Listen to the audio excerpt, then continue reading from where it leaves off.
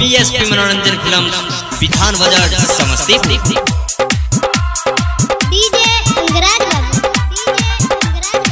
विधान बाजार समस्तीपुर, विधान बाजार समस्तीपुर।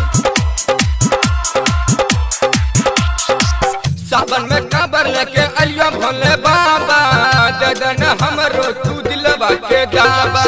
सावन में काबर लेके अलिया भोले बाबा, ददन हमरो तू दिलवा के दावा।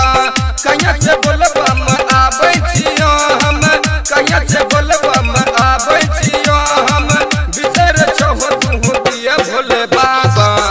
बीएसपी मनोरंजन फिल्म विधान बाजार समस्तीपुर। सावन में काबर लेके अलिया भोले बाबा, ददन हमरो तू दिलवा के दावा।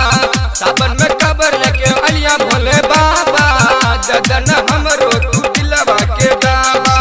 कहिया से बोलबा हम आबै छियो हम, कहिया से बोलबा हम आबै छियो हम, बिसर छहो तू दिया भोले बाबा।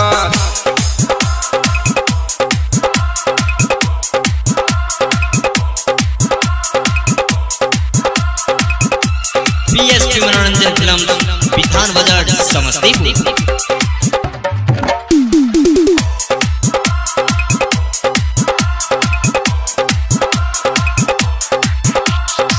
अब लगन में बाबा कोई तो बेरा पार हो, बोलबम बोली हम आई हर साल हो।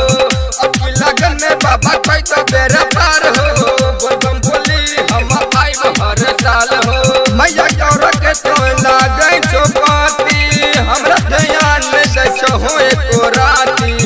बोला न कब तक रहबा कुमारा, ददन हमरो तू दिलवा के जावा। सावन में काबर लेके अइया भोले बाबा, ददन हमरो तू दिलवा के जावा।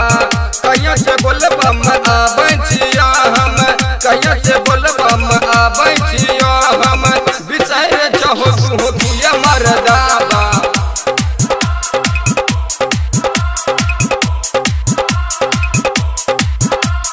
डीजे अंगराज बाबू, विधान बाजार समस्तीपुर। बीएसपी मनोरंजन फिल्म विधान बाजार समस्तीपुर।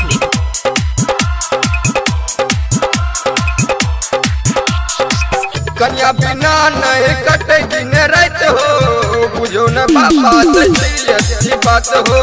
कन्या बिना नहीं कटे दिन रात हो, बुझो न बाबा सीरियस की बात हो।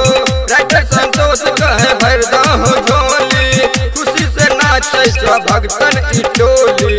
गायक मनीष नहीं करता पछतावा, ददन हमरो तू दिलवा के जावा। सावन में काबर लेके अइया भोले बाबा, ददन हमरो तू दिलवा के जावा।